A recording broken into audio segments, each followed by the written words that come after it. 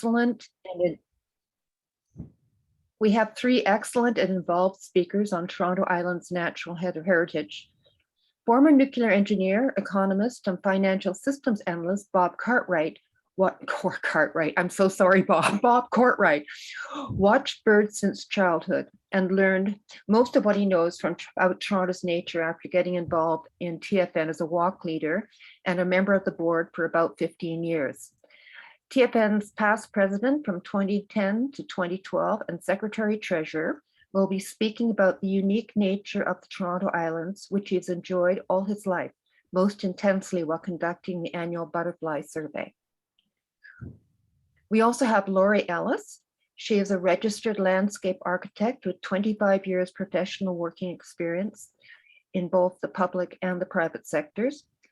Laurie's career at the City of Toronto started in 2009, leading park revitalizations such as the Tattle Creek Park and the Humber Bay Shores Park Trail improvements and master plan. She now oversees strategic waterfront projects in partnership with Waterfront Ontario. As project coordinator, strategic projects, Laurie is the lead on the Toronto Island Park Master Plan. Janette Harvey has worked at the City of Toronto as a natural environment specialist in Parks, Forestry, and Recreation Division for almost 14 years. She graduated from the Ecosystem Management Program at Flemington College and previously worked for Toronto and Regional Conservation Authority and other agencies. She manages small-scale capital projects that connect people to nature in a sustainable way and engages communities and individuals in the protection and restorations of areas within the Toronto Park system. So thank you, and I would assume like to lead off. Bob? Yeah. Okay, so thank you so much, Nikki, for the introduction, and I will share screen now. Hopefully this will work. Share there. Now I need F11 for the trying to get full screen. Okay, I'll do it another way. Enter full screen. There. Okay, I hope everybody can see that. So this is the view of from the Toronto Islands that's often most impressive to first-time visitors, the view of the Toronto skyline, but we'll be focusing on the nature on Toronto Islands, which is, I guess the focus is really on protecting the most vulnerable nature, which is the plant communities, the rare plant communities, and the rare plants on the island. But the island is also important for birds and butterflies and other insects, and we'll be talking a little bit about that. Okay, so let's see.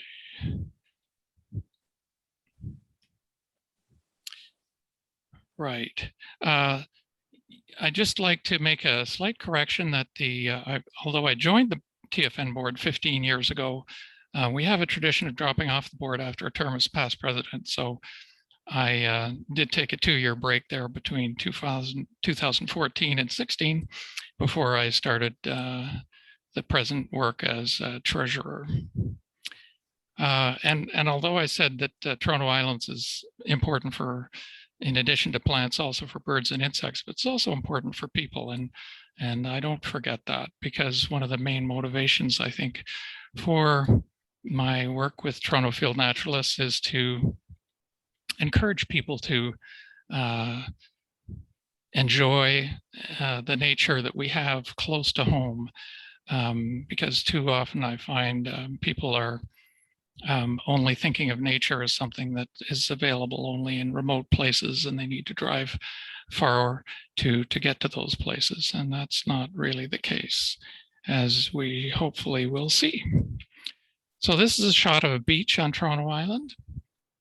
And beaches there are other beaches in Toronto. So this is not the rarest habitat we have on Toronto Island, but there are some rare plants on the beaches in Toronto Island, but other rare habitats on Toronto Island are the wet meadows, the dry meadows, the sand prairies, and also the cottonwood wetlands as well. Okay.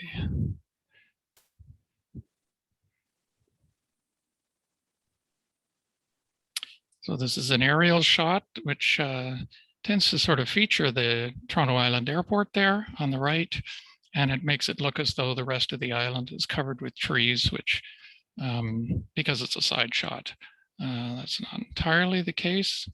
Here we're looking at the context, which is the City of Toronto's protected areas, which are two main types, although there is a greenbelt protected countryside in the northeast, in the Rouge Valley.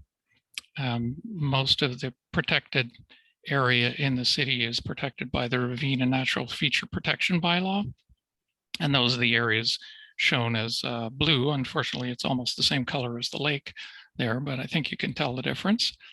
And the black is the environmentally significant areas, which show up better on this map, which just shows the environmentally significant areas in red. And when we zoom in, we see the environmentally significant areas on the island and the nearby areas. When we look for environmentally significant areas on the previous slide that are closest to here, we have to go all the way up to Rosedale Valley and Riverdale for those. So this is a pretty special set of natural areas close to an awful lot of people who live downtown.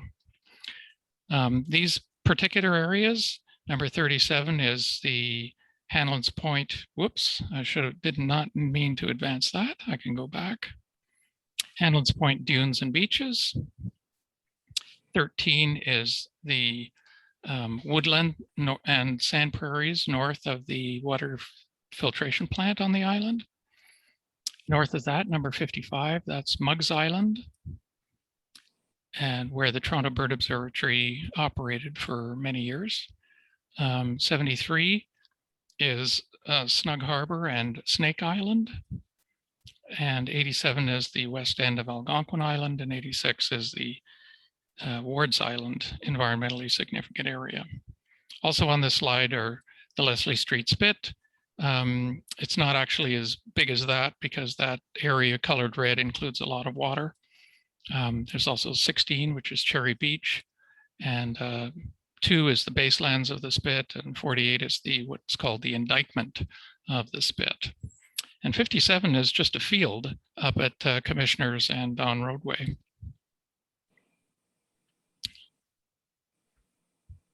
Okay, so beaches. Obviously a challenging habitat for plants because of wave action and changing water levels change the amount of moisture at different parts of the beach over the years. But there are rare plants that survive and keep coming back on beaches, particularly in the lower parts of the beaches behind the sand crest near the water. Flooding has been an issue, and it's a worry for people these days because we had record level on Lake Ontario in 2017, and then even higher flooding in 2019. So it appears as though we're going to continue to have record levels, and that may be the case, but it's uncertain. There's average change from December to June of about 75 centimeters, but the change from the very highest levels to lowest levels ever recorded on the lake are more like 5 feet. And but the climate change models suggest that although there's going to be higher temperatures will cause more rain and more intense rain events, it will also cause more evaporation, which may cause low water years, which happened fairly recently on Lake Huron at any rate. So I would say just stay tuned. We don't really know what's going to happen to the level of water in the lake. Now, one of the reasons for preserving nature on the islands is, of course, the visitors, but it's also one of the factors that causes us to worry about the need to protect and perhaps increase the level of protection of rare habitats on the island. Again, a view of back at the city from the ferry. And here's just an overview looking at Toronto Island Park with Ward's Island on the left, Hanlon's Point on the right, with the airport at the lower right. And you see there's an awful lot of green area, an awful lot of beach area around the outside as well. And the talk is somewhat divided into Ward's Island first, then Center Island, then Hanlon's Point, but some of the issues raised in each part apply to the whole island. So we'll, sorry, I better start a timer. Should have started a timer before. Okay. So Ward's has the home, Ward's and Algonquin Island over here have the homes of about 750 people. And of course, no cars. So it is a bit of a struggle. I did know people who lived on the island, and it's challenging and different, but a lot of people love it. And my daughter signed up to move there if she ever gets to the top of the list. Quite a lot of Toronto's migrant bird records are from Toronto Islands, and that's principally because of the Toronto Bird Observatory recording birds for many years, from the 70s until about 2002 or 3. More recently, a lot of birders have been putting their bird sightings into eBird, and the hotspots, the Toronto Islands is one hotspot. Toronto Leslie Street Spit is the hotspot in Toronto that has the highest number of bird species recorded. And Colonel Sam Smith Park in the West End in Etobicoke has the second highest. But of course, the number of bird records for each of these areas depends on the number of birders going to these areas. So it is suggested by some that Toronto Island is relatively underbirded compared to those other two parks. So it could be that it is the most speciose of all the hotspots in Toronto, but that's not reflected in the records at the moment. But of course, it's not only important for birds, it's also important for butterflies, and which I'll be talking about later. And in the fall, anything that migrates south that doesn't want to fly over the lake, which includes hawks that use thermals to support their flight with minimum output of energy, and also butterflies and dragonflies that also migrate south. We don't necessarily know in all cases which dragonflies migrate south, but it's pretty obvious in the fall that there's a concentration of green darners and black saddlebag dragonflies along the lake. You see far more of them along the lake than you see elsewhere in the city. And they get, the wind pushes them down to the lake. They don't want to fly over the water, so they go along the lake until they get to Hamilton, and then fly further south. They get to Lake Erie, and they tend to fly west until they get to Detroit, the Detroit River, and are able to cross the river and fly south from there.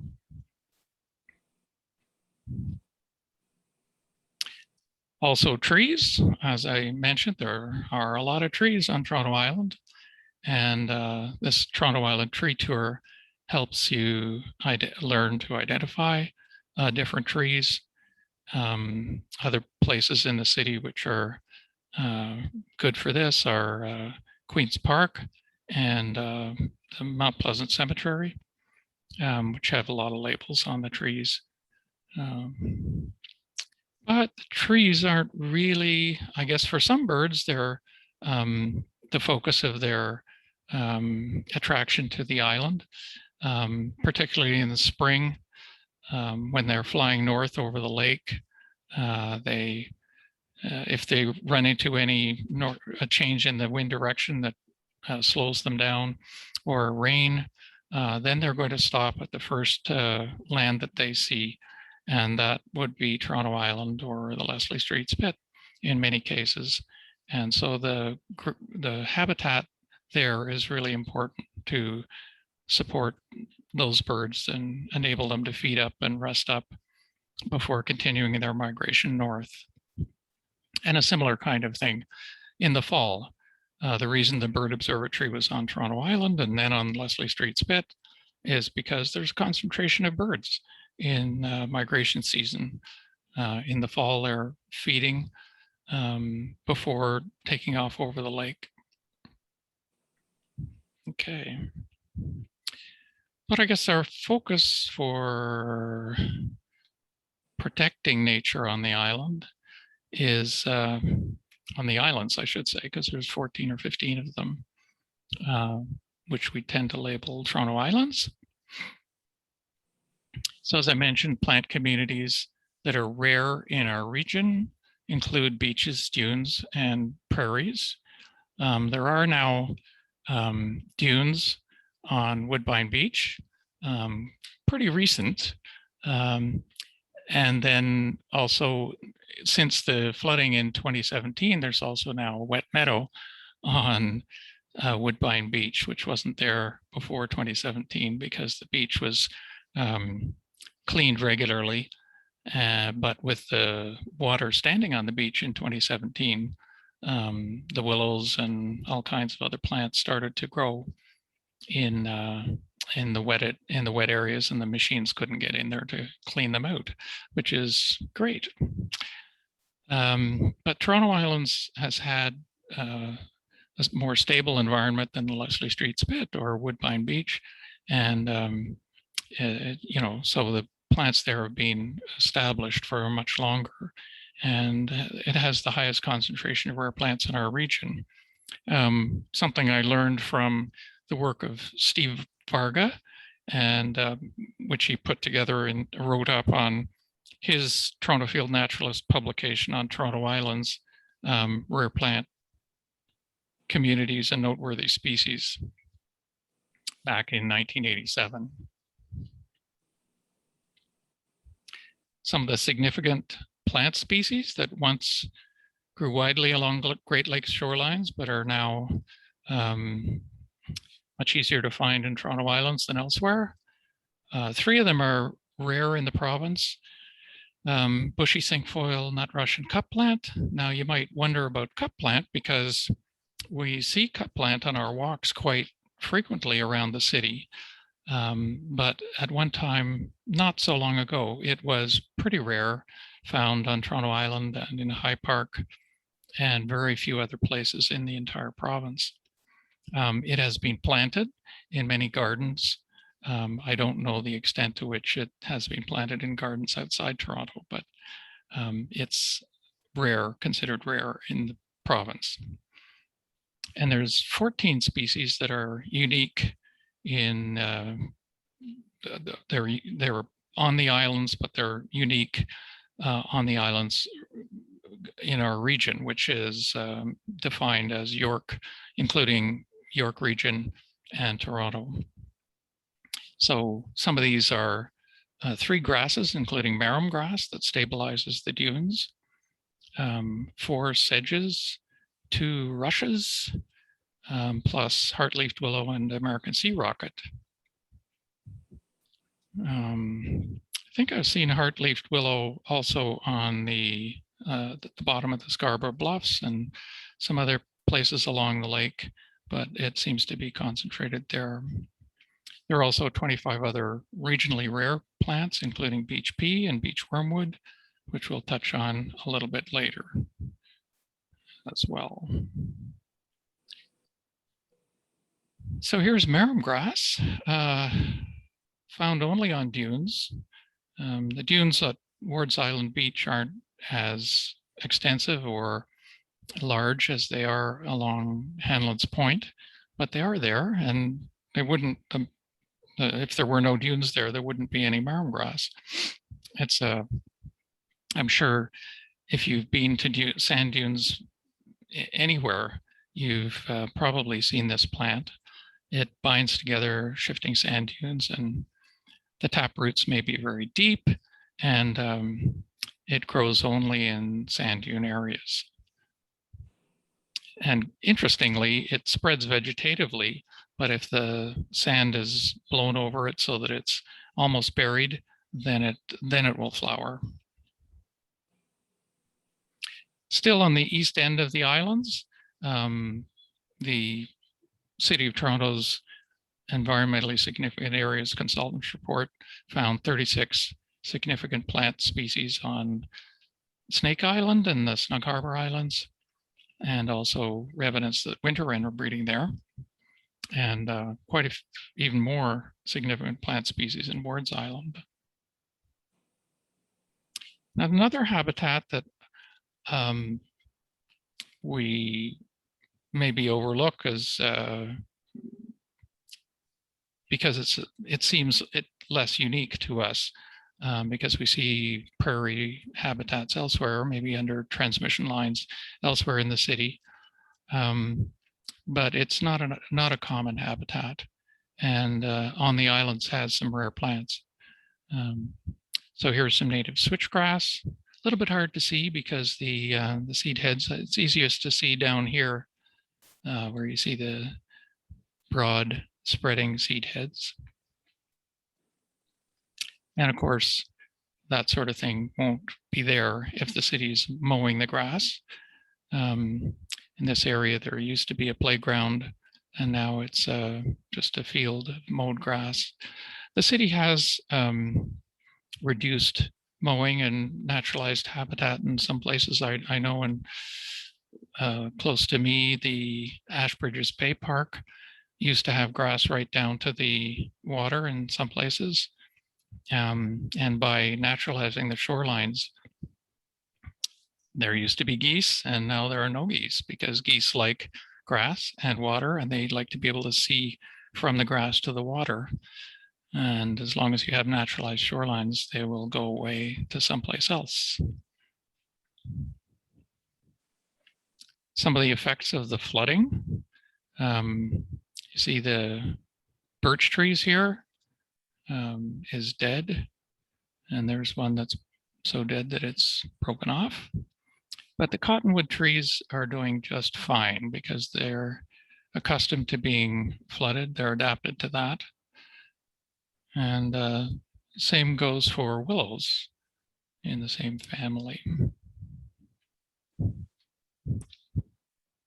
And here is some cottonwoods that have been nibbled off by beavers, but these plants are capable of sprouting up from the cut stumps, which is great because beavers' favorite food is members of the willow family, including poplars and aspens and cottonwoods. And the effect of the chewing down of the trees is that you might get two stems growing up from the stump where it was just one before. So you get denser habitat, which is great for many species.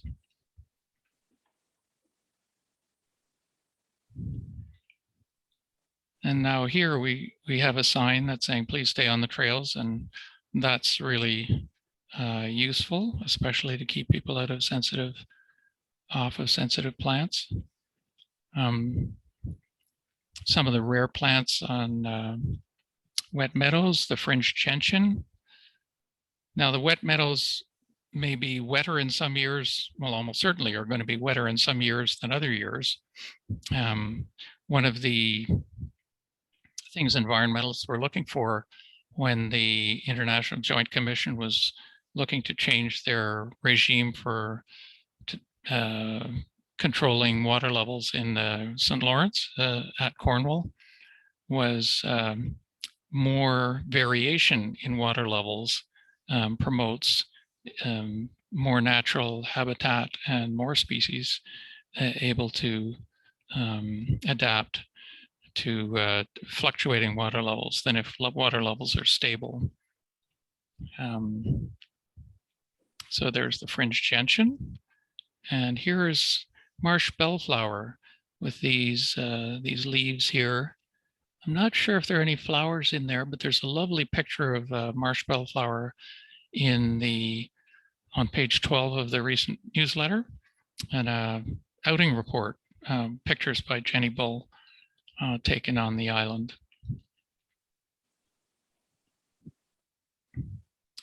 Beach wormwood is another rare plant on the island. It's a relative of the mugwort that we see in many, many places around the city on disturbed soils. But this one is a little different and more suited to sandy soils like on the dunes.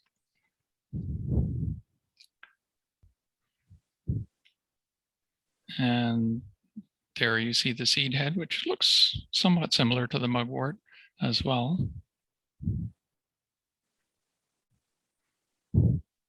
And even grows in crumbling concrete. I don't know if this is an argument for not repairing crumbling concrete, but all depends on what the needs are for the, yeah. Here's another plant, an even rarer plant growing in a crack in the concrete, this being bushy cinquefoil.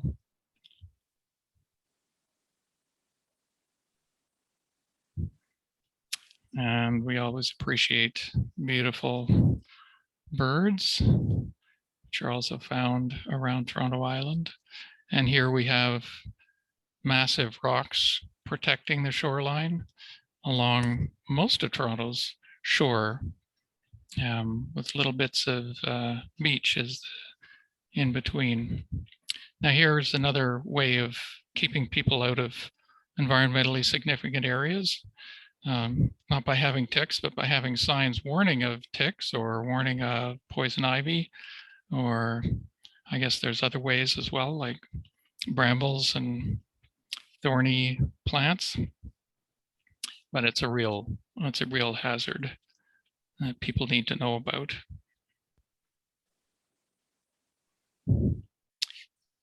In Center Island, there's less natural habitat. But Center Island is the way to access Muggs Island here. I remember when I went there in the 1990s one day to help with the Toronto Bird Observatory. We got off the ferry docks, walked across here, and there was a canoe moored up, tied up there, which we paddled across to the island. So most of that is a environmentally significant area, with the exception of the area used by this marina over here. But there are also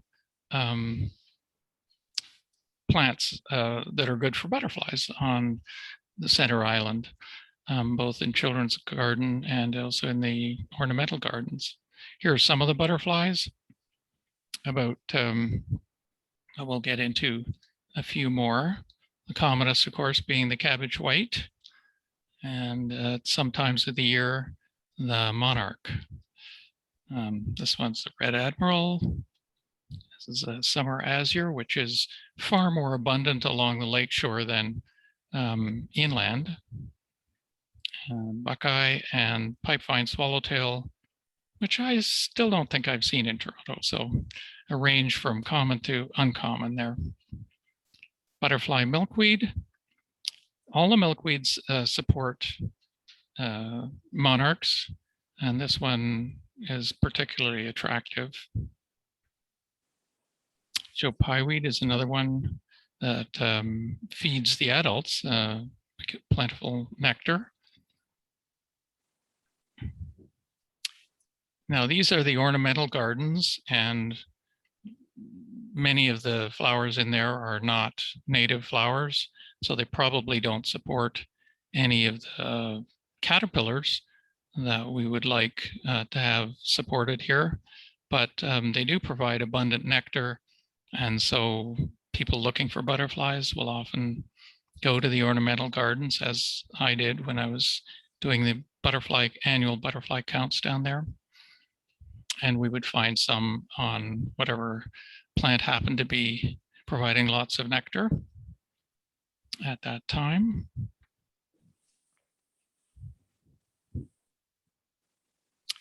Yeah, here's the Muggs Island and mention of the period the Toronto Bird Observatory was working there.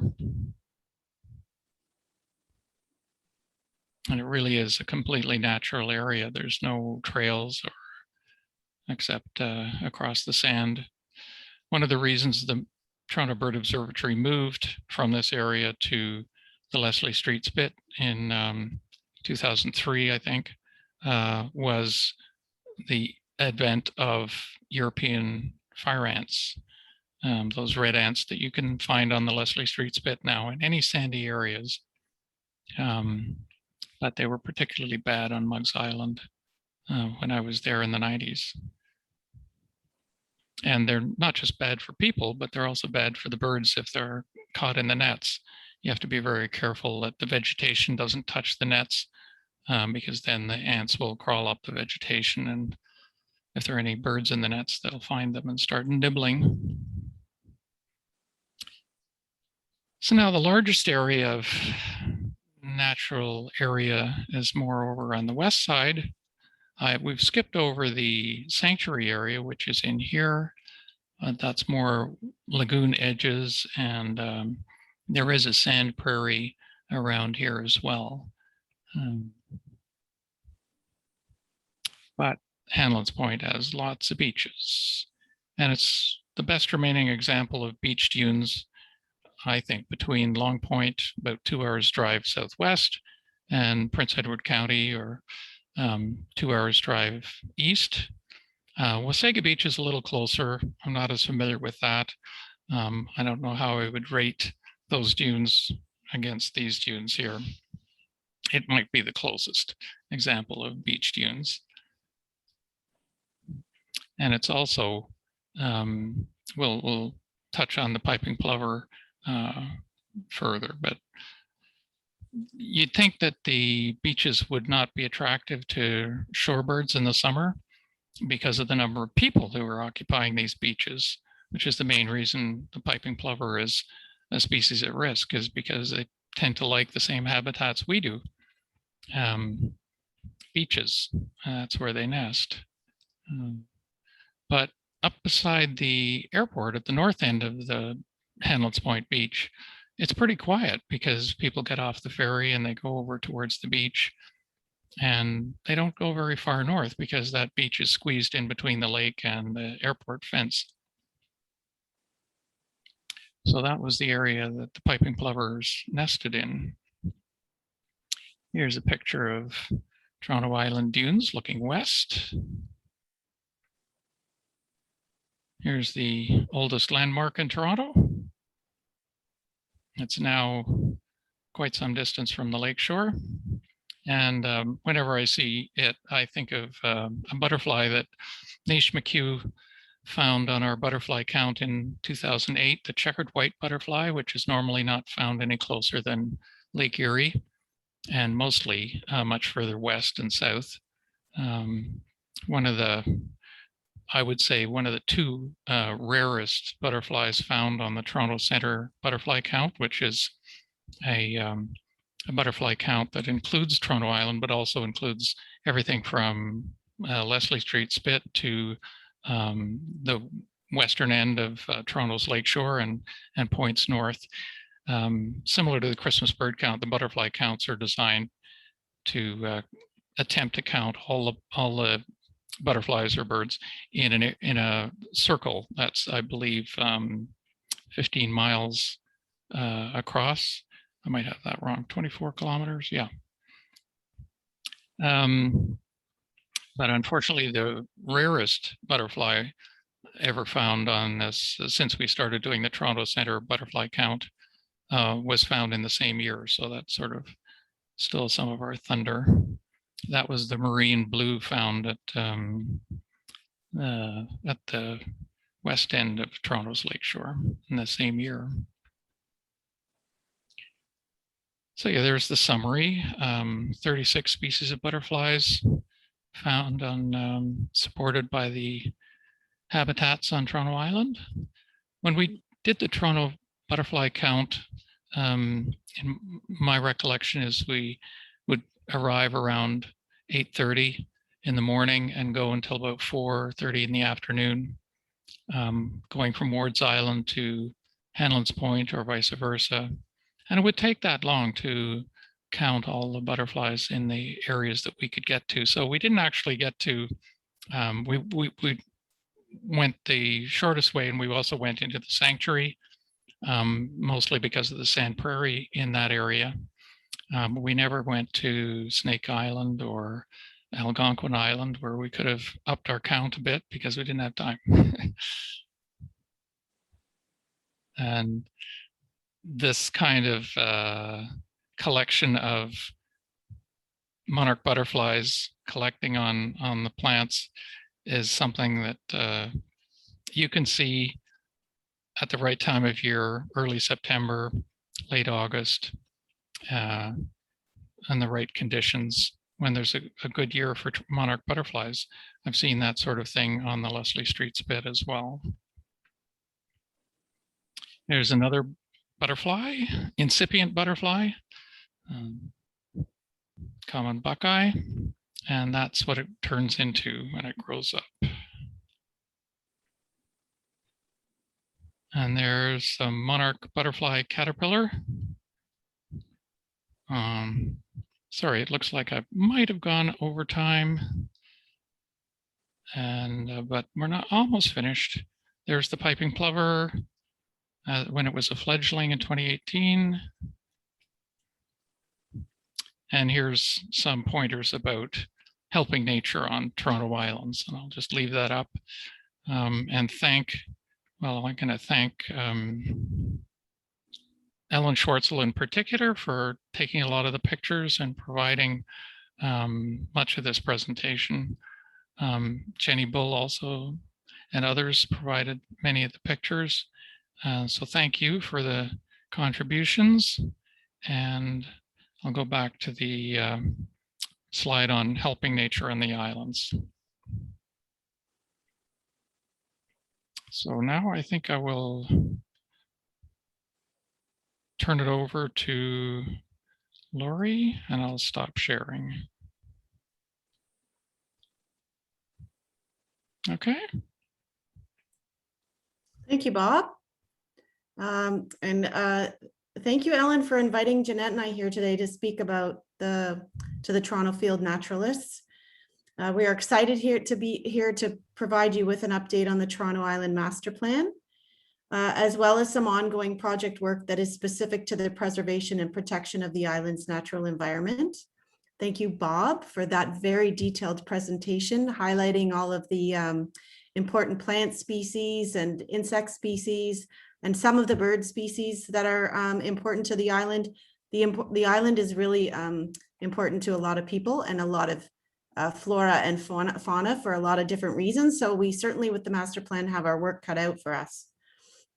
Ellen, it was insightful that you thought to bring Bob, Janette, and I here today because, of course, the topic of Toronto Island and our two areas of expertise are intrinsically linked.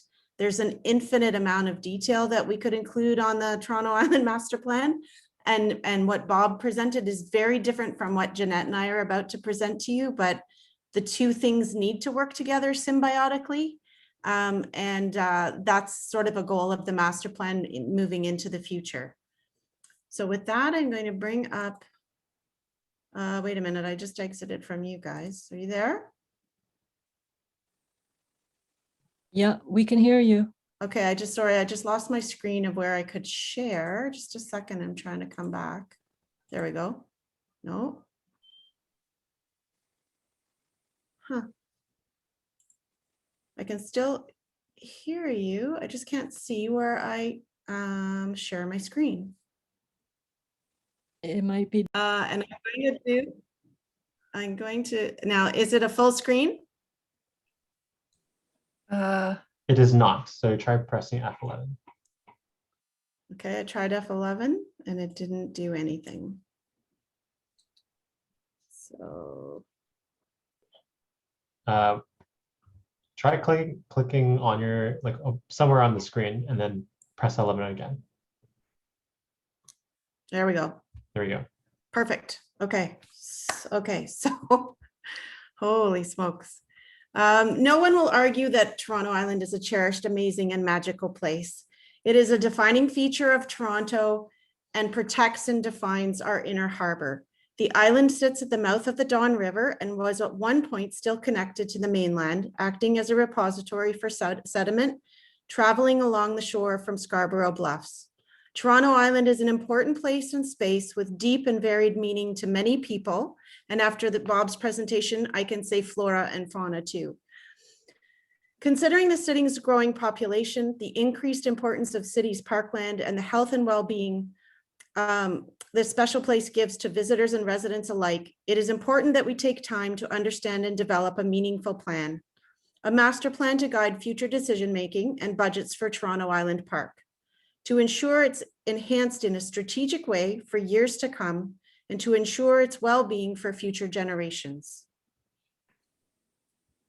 Today, Janette and I are going to provide an overview of the master plan project, share highlights of outcomes of the engagement process to date, describe the vision and values and guiding principles that have been defined through phase 1, and share the current status of phase 2 work. Janette is also going to share highlights of parallel initiatives and ongoing restoration projects that complement the thinking emerging in the plan. The Toronto Island Master Plan is a 25 to 30-year park planning process that started in fall 2020 when our consultant teams came on board. DTH has been hired for landscape architecture and park planning, with sub-consultants north and south for environmental and Common Bond for cultural heritage. SWRN has been hired for engagement, and FS strategy and urban metrics for the business strategy. In addition, we requested that the design and engagement teams include Indigenous professionals as part of their team compositions. As part of the DTA team, Terrence Radford is the principal of trophic design and is the Indigenous design lead. And Bob Goulet from Nibissing Consulting is the engagement lead alongside SWRN. The master plan will take, the master plan will take course over the shape of course of the next 2 years and includes 3 key phases: towards a vision, testing ideas, and phase 3, finding a path forward. We are currently approaching the end of phase 2, testing ideas, which will take us through to the end of the year. In the last few months, the consultant teams have completed their analysis, compiled the outcomes of phase 1 engagement, and started to test ideas spatially by mapping them to the island. To date, the engagement on this project has been robust and includes a number of advisory groups, the Community Advisory Committee, of which the Toronto Field Naturalists are included, a Technical Advisory Committee of city staff, the Mississaugas of the Credit First Nation Placekeeping Discussion Group, and an Indigenous Placemaking Advisory Circle that has been set up through the Indigenous Affairs Office at the city. We initiated the project with pre-engagement last fall, notifying various interest groups and stakeholders that the project was coming online and to gauge their interest in participation. Many people and key stakeholders were excited to hear the project was coming and were very interested in participating. In February 2021, we launched the project with an Indigenous placekeeping ceremony. And since that time, we have hosted many engagement meetings with our advisory groups, Indigenous rights holders, the urban Indigenous community, and the public. The following slides will give you a sense of the various engagements that have been hosted. Indigenous engagement on this project has been extensive and with intention. This has confirmed the need to explore opportunities for placekeeping, enhancing information sharing and storytelling to celebrate the Indigenous significance of this special place, a meeting place, a gathering space, a place for healing, and a place for ceremony. Phase 1 included many forms of engagement, including virtual meetings. We invited people to complete an online survey, and we also invited them to complete a social pinpoint exercise to identify places and spaces on the island that they frequent and enjoy. The survey and social pinpoint activities invited feedback on likes and dislikes and areas for improvement and included over 6,000 respondents. The image here illustrates the map of survey participants showing the citywide outreach. With over 800 people participated in our other various meetings and events. 17,000 were reached through our digital engagement tools, and over 3.3 million have been reached through paid social media. So, you know, what I'm trying to tell you here is that the engagement has been very broad, and you can see that through that diagram on the left. We've been trying to reach beyond the city limits, and we've started to get feedback from people far and wide. So the next two slides show some of the survey outcomes relating to the natural environment. The first illustrates the impact Toronto Island has had on people who visit.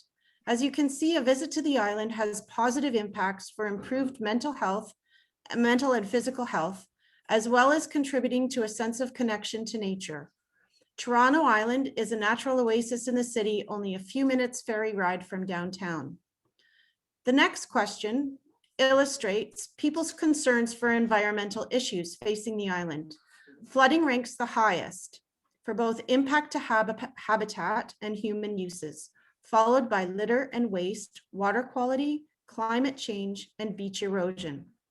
Wildlife, invasive species, and habitat impacts rank the lowest. What these results clearly illustrate is that most people are unaware of the environmental issues impacting the island, and they have related concerns. But most people are aware of the environmental impacts on the island, and they have related concerns, but their concerns are predominantly oriented towards personal use and not the management and protection and well-being for these same areas. There is clearly a need and an opportunity to educate and to improve understanding and engagement on this front. This works in complement to the Indigenous principles of placekeeping, where the rights and well-being of all living things, including the land, the water, the flora, and the fauna, need to be considered first, including our responsibilities to a place now and into the future, and that this should take precedent over the benefits of human use. Phase 1 culminated with an Indigenous placekeeping forum on April 28th, 2021, with elders and knowledge keepers as the focus of the event, including Indigenous teachings, song, and a ceremonial fire through a virtual meeting. This event was attended by almost 300 participants and featured Elder Gary Sue, Chief Laforme, Mitch Casey, Shelley Longboat, and Carolyn King, amongst others. Phase 2 of the project kicked off in May and June of last year, or of this year, when we used the Engage.to platform to host an online Big Ideas engagement over the course of 25 days with exciting results. To get the engagement started, the project team seeded the online platform with 30 ideas developed from feedback we had heard through phase 1 and pre-engagement. The public was invited to comment on these 30 ideas and to contribute their own thoughts and ideas to the platform. The engagement was a resounding success with over 110 ideas publicly added. Some of the ideas shared were dedicate Indigenous space, expand island rentals, navigate the island waterways, overnight on the island, and warm up winter, to share a few. In addition to contributing, participants were permitted to provide comments on other ideas shared. With nearly 150 ideas total, this gave our consultant teams a lot to think about. Key takeaways from this engagement were to balance protection with use and prevent degradation and overuse throughout the islands, that communication is key for engaging and educating the public to create a culture of stewardship, that the islands need to be integrated and accessible both physically and financially. And this means we need to think about transportation on two fronts, about getting to the island as well as getting around the island. That the park is a refuge for many communities and needs to feel safe, especially LGBTQ2S+, and it should be clear that it is safe and welcoming space for all people, diverse backgrounds, all ages and abilities. Of these 150 ideas, we also tried to categorize them, and we categorized them under 4 main themes. The environment, we thought beaches were important, better protection of natural areas across the island, define no-go zones, and promote education and stewardship.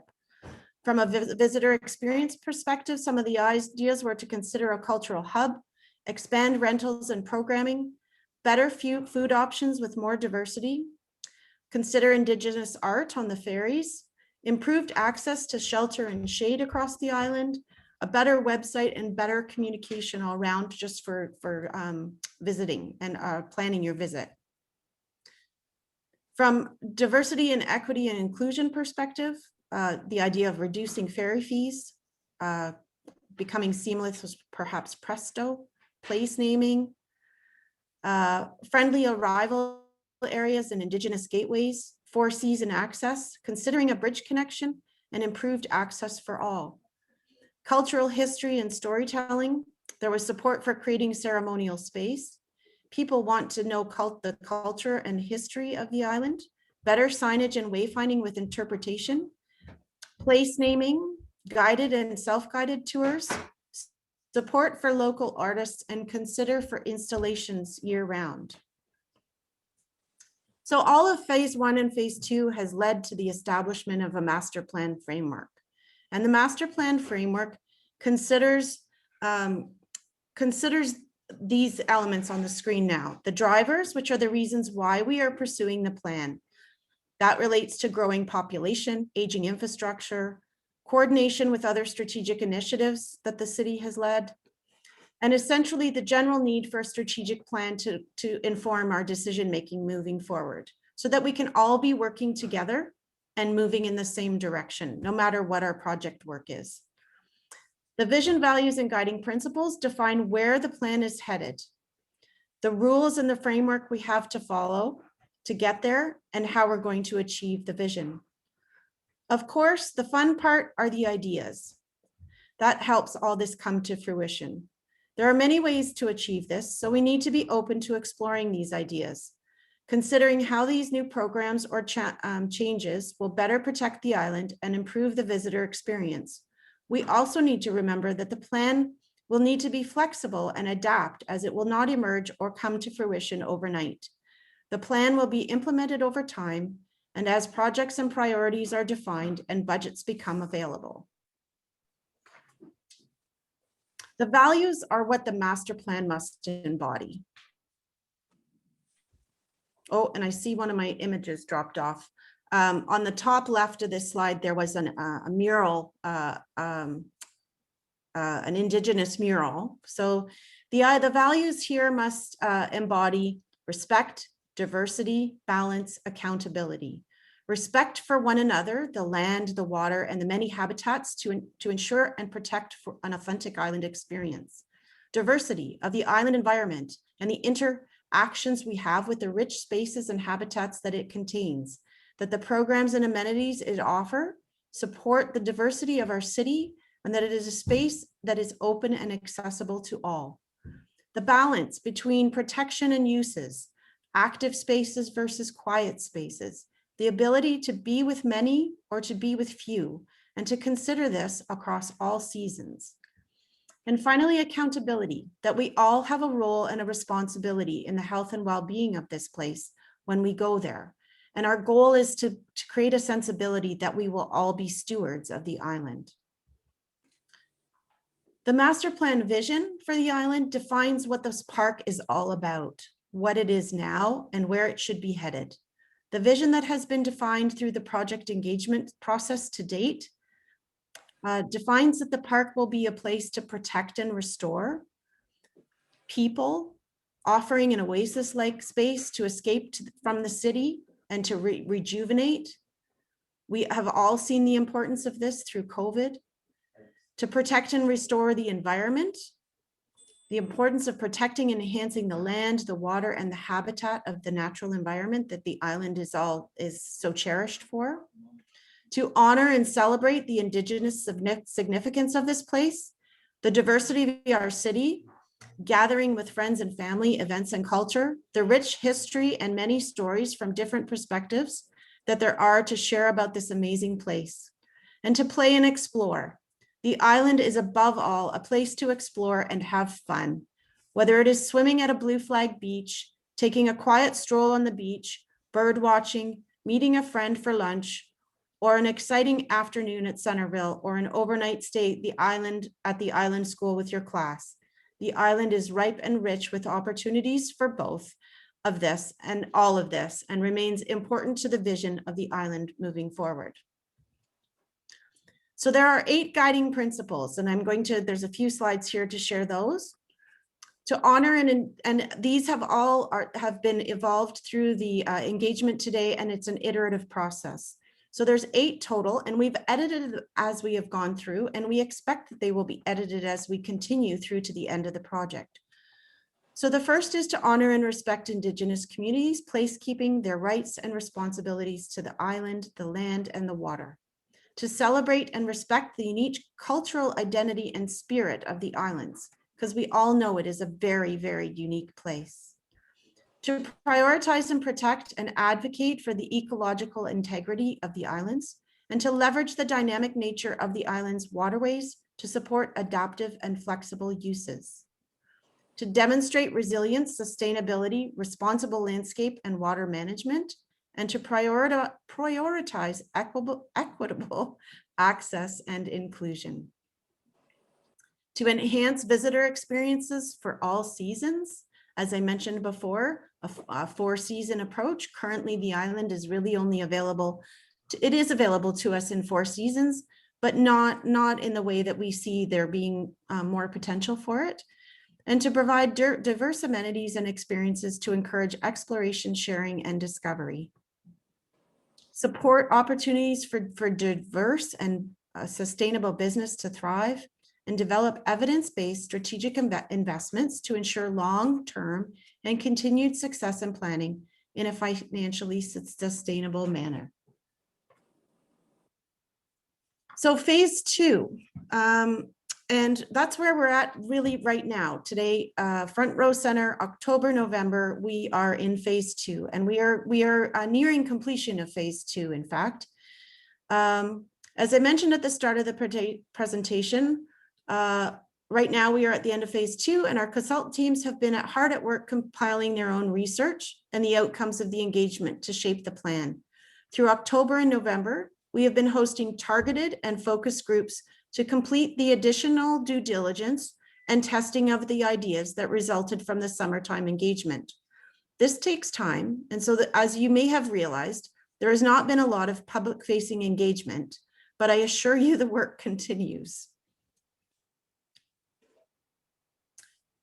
The ideas engagement, what we have heard, this is just an overview.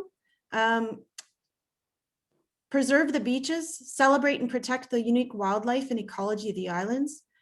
Accessing and sharing the islands and their resources with all living things needs to be a priority. Litter and garbage are a concern, especially on the beaches. Keep a natural character to the experience. Improve wayfinding and safety on the waterways. Create stewards and leaders to help educate and advocate for the natural wonders of the island. Create spaces for fun and create spaces for nature. Create opportunities to camp overnight on the islands. Create year-round experiences to encourage winter and off-season visiting, and ensure access to hard-to-get areas through new pathways. So from the ideas engagement in our advisory groups, we heard more about short-term versus long-term goals. So short-term, we should prioritize crowding and garbage management to keep the natural environment of the island healthy. We should explore ways to renaturalize, rewild, and that doesn't bar access to natural areas and broader areas of the park. It's about balance. To engage the community and public in planting and cleanup activities to promote stewardship. And long-term, we should address impacts of watercraft in the experience, health and safety of the internal waterways, and consider changes to access for some watercraft. And that particular one is highlighting the desire to try to explore the access to the internal lagoons in more detail. Consider how human activities impact the natural environment when locating program areas and spaces for activation. And stewardship is a cultural shift that takes time, but should be part of a short and long-term changes and part of our thinking for the plan. And then finally, from the public, commercialization, overdevelopment, and crowding remain key concerns. We need to focus on providing balance between access and protection. We need to use boardwalks to limit trampling and continue to offer access and experience within some of the natural areas. And we need to consider different educational opportunities and programs to share information about the various spaces and provide opportunities for monitoring and studying of these areas, which, as Bob was mentioning, you know, with the butterfly counts or the bird watching station that used to be on Muggs Island, are programs that we really think should continue. So wayfinding is also something that's very important, and it's one of the important details of the plan. And as part of the master plan scope, we have asked DTH to include a consultant to help apply the recently developed Parks wayfinding strategy to Toronto Island. And although there is a signage strategy that has been established that includes different sign types for different uses and applications, the strategy for the island still needs to be figured out. And this will consider points of interest and place naming, wayfinding decision points across the island, cultural heritage, natural heritage, Indigenous storytelling, and the path of travel. Are you traveling by land, or are you coming to and need wayfinding from the water? The map that Bob shared in his presentation was a graphic illustrative map that many people are fond of. And it's something that is well liked, and we're not planning to get rid of it. We're hoping that the Parkland wayfinding strategy will work in complement to that map, and that both maps can continue.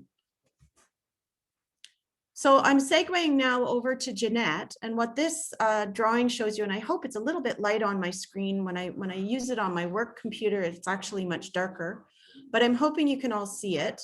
And what it starts to show you is just a bird's eye view of the island and the 3 ferry points to access the island.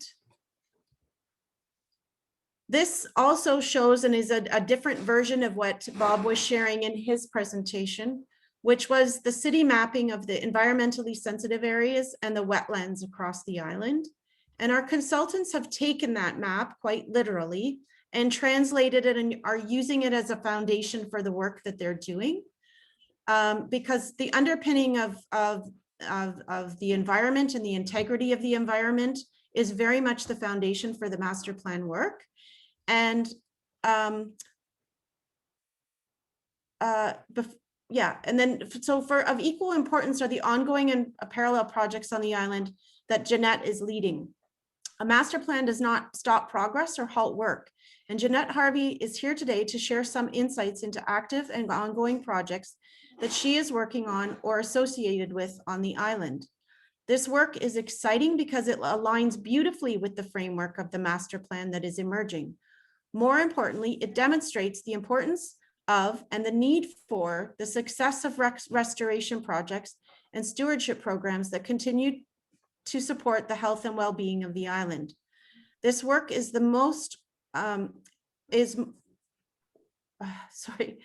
what most people don't know about, and it is as though it goes on behind the scenes quietly and with minimal effort, but the reverse is in fact true. Janette's work is forward-thinking and based in science. It takes a lot of time and resources to plan and design for this work to be completed, and it takes a lot of coordination and effort to convene staff and or volunteer groups to complete these projects. This work is invaluable to the health and well-being of the island, and it is the very ground or foundation through which the master plan can emerge, and is important to work to continue and showcase in events like these. And over to you, Janette, and I'll advance the slides for you. Thank you, Laurie. So I probably don't need to get into too much detail on the environmentally significant areas because of Bob Kortright's lovely and thorough presentation. But here's just a slide to show that ESAs in Toronto are assessed against 3 or 4 different criteria. And all of the ESAs, with the exception of West Algonquin Island, meet all 4 of those criteria, which is habitat for significant species, unique landform, size and or diversity, as well as ecological function. So you can see that all of them are unique landforms, most of which relate to shallow water sediment deposition or longshore drift and beach formation. And then Hanlon's Point is an excellent example of a beach dune landform. And as Bob mentioned, it's notable habitat for many migratory bird species. So I'll just touch on some of the highlights of some of the many restoration projects that we have underway and are ongoing on the Toronto Islands. So today I'll just talk a little bit about the sand dune and beach stewardship at Hanlon's Point, which is part of an ongoing partnership with Fleming College. I'll talk about formalized and sustainable access to beaches through ESAs, and also the Gibraltar Point erosion control project, specifically the beach restoration. Next slide. So we've been partnering with Fleming College for now 13 years. And what we do with them, and we partner with them in a number of different ways, but specifically at Hanlon's Point, we invite their ecosystem management program to spend a full day at Hanlon's Point and work with us to do some dune restoration and beach restoration activities. So they leave their campus in Lindsay, Ontario at about 6 o'clock in the morning. They drive to Toronto, spend the entire day with us, and then leave the Toronto Islands at about 4 o'clock and then head back to Lindsay. So it's no small contribution. They spend the entire time working, rain or shine. And in that day, we provide them with a tour. And I will say that the Toronto Islands, especially Hanlon's Point, is probably my favorite place in the city. And I think anyone who's participated in any of my tours can attest to that, because I just talk on and on about the ecology of sand dunes and beaches. We spend half the day doing teamwork, where the students develop a restoration plan for a specific area selected by staff. And with our guidance, they develop this plan and then they implement it. And that often involves the transplanting marram grass, planting native woody species, installing dune protection, fencing, closing trails, a number of different things. So over the years, we have planted close to 6,000 native trees and shrubs, and that doesn't include any herbaceous species or marram grass transplanting. And then for part of the day, we spend doing Phragmites control, which is a lot of fun. Next slide. So another thing that we do, which is ongoing, is we focus on providing sustainable beach access, because the beaches are very popular and they will be accessed whether we provide access or not. So our goal is to try and find a way that people can access the beach in a way that minimizes impact to the surrounding natural environment and is also sustainable over the long term, because sand dunes are a very dynamic ecosystem. We've discovered over the years that installing at-grade boardwalks doesn't always work because they end up getting buried in sand. So we've now moved towards building elevated boardwalks, which allows the sand to move beneath the boardwalk and reduces impact, keeps people on the trail, reduces impacts to the dunes themselves, but still provides an accessible route to get to the beach. And things that we need to consider, it's very complicated building and quite expensive in some cases, building access to the beach through the dunes. So we want to do it properly the first time. And things that we consider when we're doing this is what the prevailing wind is, transport of sand, lake levels and wave action, sensitivity of the surrounding natural features, what are the amenities or points of interest that people are trying to get to, and also, of course, we consider accessibility. Next slide. And next, I'll just touch on the Gibraltar Point Erosion Control Project. So this Gibraltar Point has experienced significant erosion over the past number of decades. And just briefly, the way that so sand erosion and deposition generally occurs from an east to west direction along the north shore of Lake Ontario. And with the stabilization work at the Scarborough Bluffs, as well as the construction of the Leslie Street Spit, the source of sand that would normally be deposited at Gibraltar Point has decreased. However, the erosion of sand has not changed. So over the years, there's been an imbalance and the beach has eroded. So this project aims to address that, and with the construction of a groin, submerged stone reef, which also includes aquatic habitat enhancements. And what is occurring right now is a beach restoration, which will be followed with adaptive sand management program. Next slide. So this is just a concept drawing that was developed by Toronto and Region Conservation Authority for the restoration of the beach and dune system in this area. So it will be refined at a later date, but it is the project has been begun, at least the deposition of sand has begun. And so I just put the contact information. So Clifton Coppolino is the project manager at Toronto and Region Conservation Authority. So if anyone has any questions, there is a project website, which is trca.ca/GP. Next slide. Oh, okay, so that's Laurie. But before I hand it back to Laurie, I'll just mention that there is a lot of other ongoing work that Parks, Forestry and Recreation, specifically forestry, undertakes on the Toronto Islands on a regular basis, which I haven't really highlighted here, but invasive species control is a big one. There's a lot of invasive species everywhere in Toronto, and Toronto Island is no exception. And so, so that's something that that our staff have focused on and keep top of mind. It is that, Toronto Islands does present some logistical challenges for doing this type of work, but we continue to do that anyway. So that's it for me, and back to you, Laurie. Thanks, Janette. And there are a lot of other initiatives, as Janette has mentioned, that are really important, and the master plan isn't stopping any of that progress. So in addition to the city's restoration work and this Gibraltar Point erosion control, many of you may be aware that TRCA is also leading environmental assessment for the flooding and erosion mitigation across the island. And that project is very much going to be running alongside the master plan.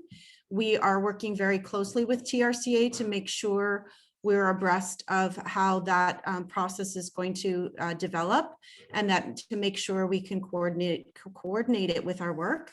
And then all the important things that Janette has mentioned, what all this engagement has shown us is that no matter who we speak to, everybody is really singing from the same song sheet, so to speak. Everybody really sees the environmental significance and the Indigenous significance of the island. They want to know more about it. They want to protect it. Everybody does love going there because it is a natural oasis and a getaway, and they really want to continue with that experience and having that at their fingertips, just a ferry ride away. So what the master plan is going to do is look at a more strategic way to deliver all this project work, make sure it's coordinated and following a set of what I referred to as the master plan framework, the guiding principles, And then that way, when new projects come along, we're going to evaluate them against that and make sure that they're aligned with it. And if they're not, we're going to modify them so that they are. So the next steps in the master plan process is I mentioned the focus groups and targeted discussions, and those are going on until the end of November. At that time, the consultant team is going to finalize a very preliminary master plan and share that with the city and our technical advisory committee. And then in the new year, in January, we're going to host our community advisory committee. And then we're going to have in early February, that will be followed by a public meeting where we'll showcase the same plans that will have been revealed to the city in December to the general public. And then in spring, we will be moving towards a preliminary master plan. And then there's going to be a lot more engagement through the spring to get us to the finish line in the summer, where we hope to have and showcase the final master plan. And another thing that we're going to be having in the month of December, it's going to be on December 9th, and I'll make sure to send the notice to you all. But we're going to have a forum. We had an Indigenous forum during phase 1. And for phase 2, we're going to have a forum on belonging. And then in phase 3, we're hoping to have an environmentally oriented forum, but we have yet to determine what the scope and who the speakers will be for that. But there's lots of exciting work ahead on the master plan. So we invite you to continue to stay tuned. This is the Toronto Island Master Plan link. And we also have another link to something called Island Stories. And if you have island stories that you would like to share, this is a very friendly online platform where you can put up, type in a story, share a photo, whether it's about the natural environment or birding that you do there, or perhaps the butterfly count. You can add your story to the list of stories, and we're going to carry that through all the way to the end of the project. And that's it for me.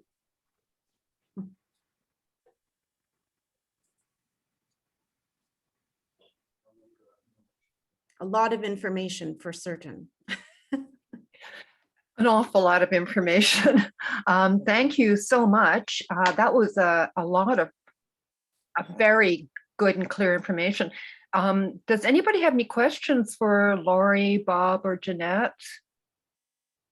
Well, I have one. It's a silly one, though. It's not a real thing about the island. You said that you got people's input through paid media, paid social messaging. What is that? So no, it's just that we paid social media would mean that we posted ads and we got people to participate by encouraging them through the ad campaign that we led. So it'd be like through Google and yeah, or that different kind of thing. magazines that require us to Okay. pay to post our information, you know, online platform environment. Not that we were paying people for their opinion. No, I'm just wondering what paid social media was. So, thank you. You're welcome. Honestly, with the master plan, it's turning to the exciting part. This is where everybody's going to get really animated about what the consultants are going to share in the new year. And people are going to see all of the things that they've been, you know, the inputs that they've been giving over the course of this last year, starting to be articulated in a plan. Some of them won't take a physical shape. Some of them will just be, and I shouldn't say just, some of them will be important program offerings or restoration projects. We're hoping there will be a bunch of art installation work that can come out of this, and that the master plan will take shape over many years in the future, but that we'll have a guiding document to help us get there. Okay, there's some in Magdalena, I believe. Sorry, I've lost you. I think Nikki, that she's gone. I think she's gone. Okay, all right. Sorry, I thought she was gesturing for Yeah. something. So Cameron started screen. Okay. Well, before we sign off, first of all, I'd like to say thank you to everybody for their wonderful their wonderful opinions and ideas on how we're going to be able to move forward with the I think we've got Nikki, we've got the old, these are last month's. And if you allow me to share screen, Cameron, Okay. then I can bring up this month's if that's suitable. Not sure that would be. How's that? Hey, that's it. Okay, I was a bit confused. Yeah. First of all, I want to say thank you so much again. Secondly, before we sign off, I have a few bits of information to share with you. The first one. Nikki, there's a question from Bob and Sue. Okay. Hold on, I've got the screen here with the slide on it. Perhaps you could unmute them. Okay, here you go. Bob and Sue? Hi, Bob Roden here. Can you hear me? Yes? We can all hear you. Okay, well, just a couple of questions. One is, I have not heard anything in all this presentation about the people who are currently living on the islands. And I wonder to what extent they've been involved and their needs have been considered. So the Toronto Island residents are very much a part of our community advisory committee. And so we have met with them, and we've actually had different separate meetings with the resident associations as well, to let them know how the project is evolving. So they're very much included, and their voices are represented in what we shared with you today. Okay, that's good to hear. My other question, and maybe this is a bit premature, but do we have any idea of what all these projects are going to cost and where the funding is going to come from?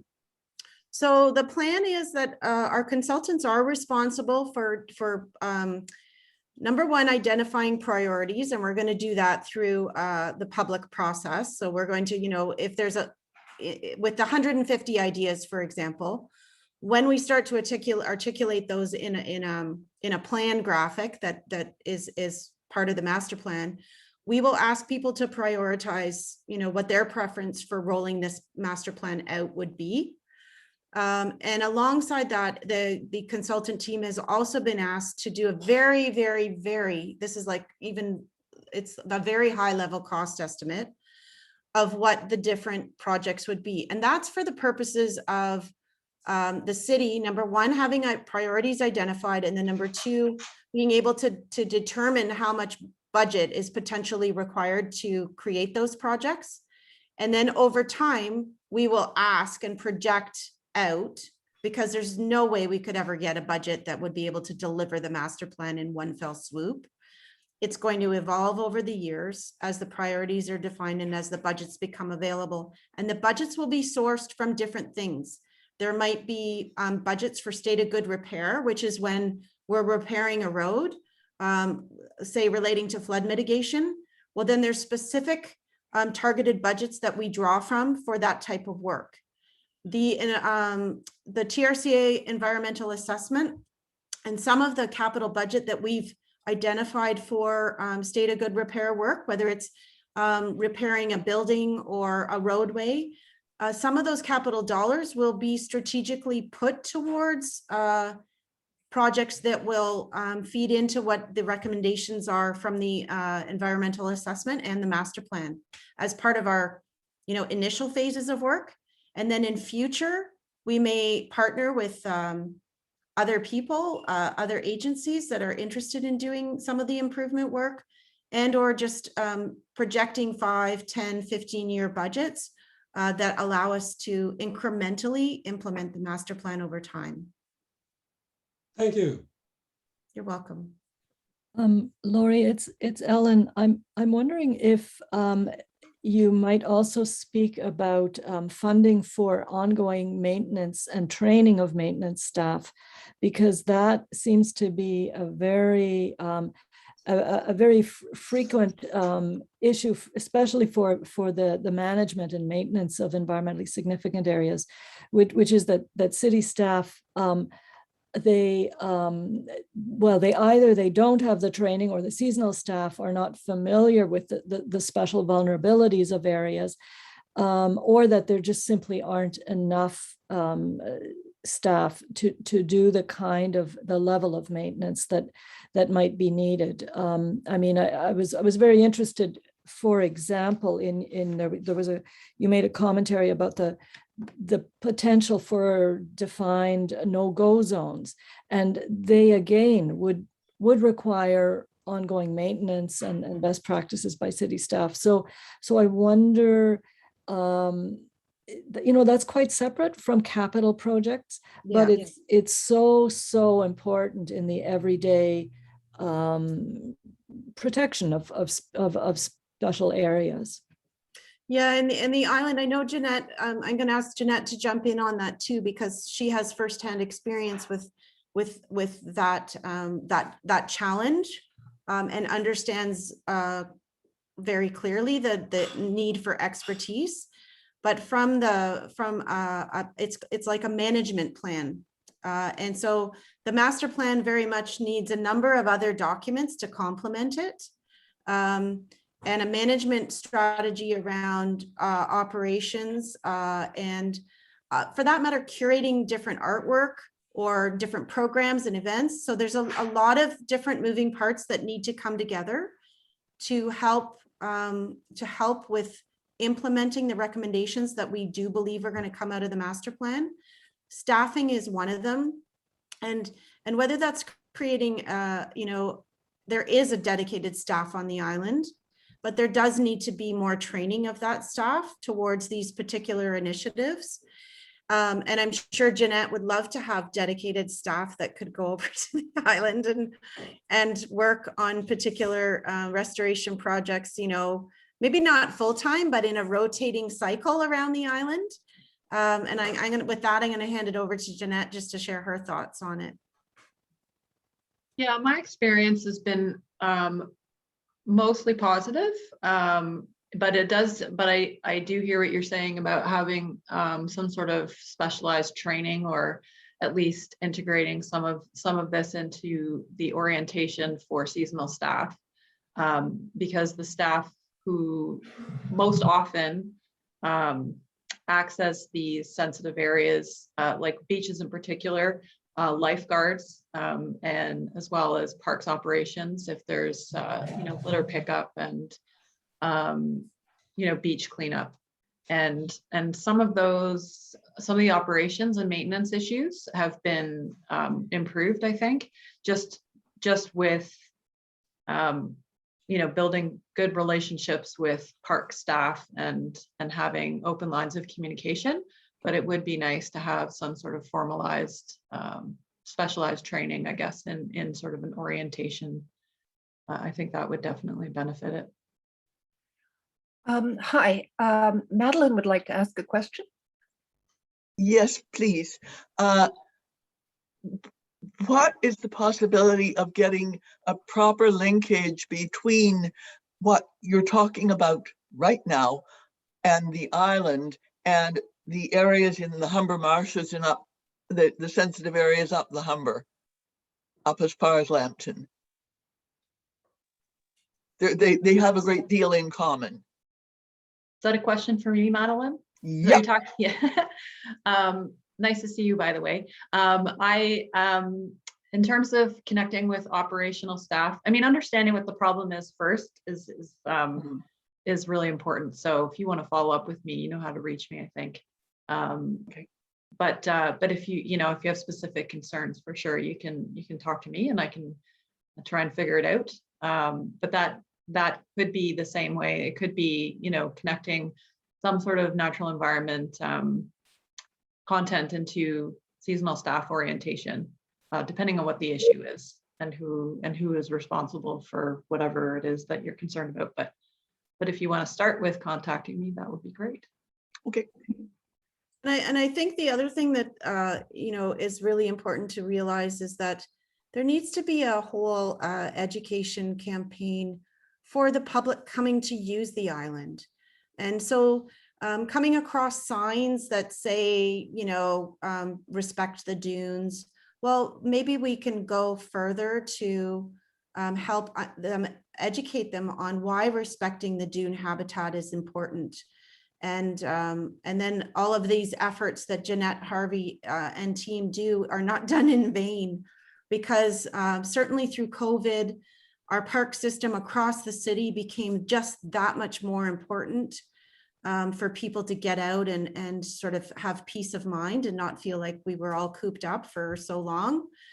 And the Toronto Island was no exception to that. And the evidence of the volumes of people using the beaches there, the internal waterways, there was increased boating activity, all watercraft for that matter, canoes, kayaks, paddle boards, etc. And I don't imagine those uses are going to just disappear now. I think it's sort of, there's a new level of use on the island, and we do want to manage that. Still invite people to come. Of course, we're not going to close the park spaces off, but we, part of the thinking with transportation and access is about, instead of having 3 points of arrival, maybe considering ways to network the system a little bit more. Whereas right now everybody gets off at Center and you don't get as much at Wards or at Hanlon's. And maybe if there was an opportunity to disperse people in a more balanced way around the island, you could manage volume and trampling, etc. So there's a lot of moving parts and a lot of things that are going to have to come up as recommendations through this master plan together.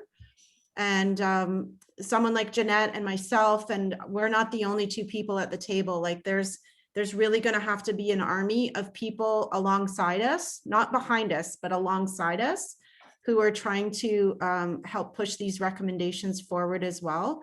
And we're turning our attention to that already, about how to create champions from other divisions or sections within PFNR, and to get other people on board with the master plan and how to implement it moving forward. Okay, John, you had a question? Sure, yes, I do. I'm just wondering, do the plans include things about mitigation of invasive plant species and things? What I've noticed lately is lots of dog strangling vine, Japanese knotweed are clearly establishing themselves, and Phragmites, of course, clearly have established themselves on the island, and whether anything's going to be done about that. I don't know if that's just a current maintenance issue or a long-term plan, but I'm hoping something will be done about it. So it will be a high-level recommendation that's sort of part of the management strategy moving forward. But the master plan, because it works up here, and then recommendations like that are a little more detailed, would have to come out of future initiatives that maybe build on the recommendations of the master plan. And Janette, perhaps you can speak more accurately to how that would play out. Yeah, well, invasive species are one thing that are identified during the development of environmentally significant area management plans. So they come up in more detail during that process. I think my dream long term would be to have one of our crews that take care of invasive species spend a lot more time on the Toronto Island. So whether they're not necessarily dedicated to the island specifically, but at least for much more time during the year. Given that there are 6 ESAs on the island, I think it's definitely worthy of some more attention. So as I mentioned, it's a bit of a logistical nightmare to try and get staff over to the island and back home at the end of the day, especially during COVID when transportation is really tricky.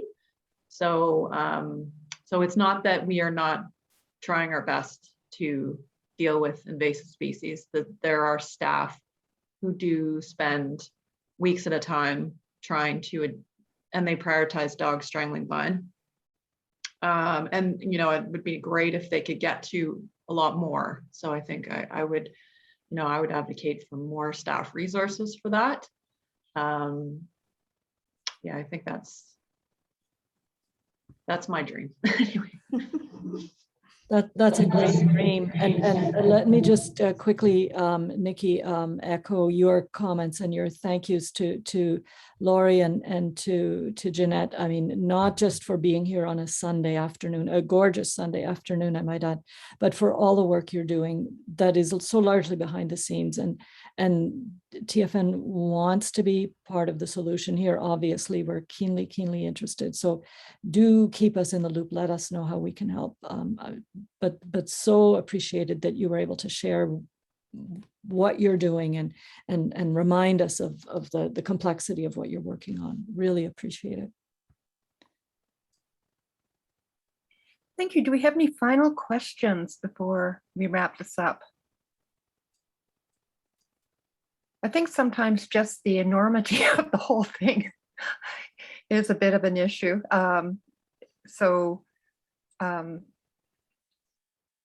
Maybe what we should do is just wrap this up and say goodbye to everybody. And we'll do a little bit before we sign off. I would like to, first of all, talk about the piping plovers, which I'm always I always have a problem pronouncing it. I don't know whether it's plovers or plovers, and I'm hoping that experts will tell me. On December 5th at 2:30 p.m., join us to hear Andrea Gress of Birds Canada. Andrea introduces us to Ontario's piping plovers, and we'll discuss the future of the species at risk. And is Hanlon's Point on Toronto Island the place for them? The next is an exciting opportunity for us all.